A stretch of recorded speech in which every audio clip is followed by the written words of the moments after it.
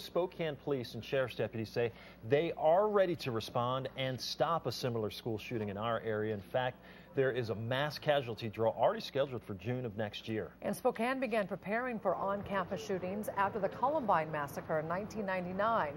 And we saw those active shooter tactics at work at Lewis and Clark High School in 2003. That's when a student barricaded himself after firing a shot in his classroom. KXOI4's Jeff Humphrey joins us now live from Grant Elementary with a look at what's being done to protect our kids while they're at school. Jeff? Well, Nadine, for starters today, patrol officers from the Spokane Police Department spent a lot more time cruising around elementary school campuses. Those 7 school resource deputies assigned to schools in the valley and the unincorporated areas, they boosted their presence today as well. As early as 2003, Spokane police and sheriff's deputies were gearing up for an attack on our schools.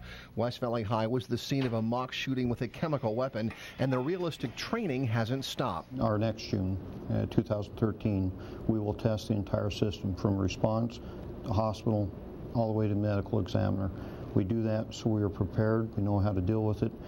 Of course, the goal is to keep our kids out of the hospital, and that's why during the active shooter scenario, our police officers and sheriff's deputies won't wait for their SWAT team before heading inside to stop the gunman. Pre-Columbine, you were waiting for the SWAT team to be able to come with their heavy weapons. Now, street officers have them, they're trained, they train regularly with them, so you have the ability to bring in heavier weapons right off the bat. In Spokane's case, that means a 12-gauge shotgun and a long-range AR-15. The AR is an offensive weapon as compared to the handgun, which is a defensive weapon. The sighting system on the AR is considerably better. They are way more accurate at range, at distance. The 30-round AR also shoots a bullet that can penetrate bulletproof vests like the one the Connecticut gunman was wearing.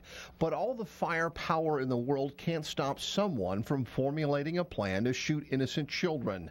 Spokane Sheriff thinks society and the media can play a role in prevention. One thing I hope the media does is I hope they focus themselves on the victim, and they don't give this guy, this murderer, his 15 minutes of fame.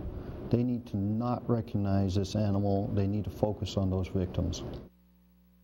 And if there is one place in the whole world where our kids should feel safe, it is inside their schools. But parents have to decide if they want to talk to their kids about on-campus shootings and the things they can do, including taking cover or playing dead, to avoid becoming a victim. Reporting live at Grant Elementary, Jeff Humphrey, KXOI4.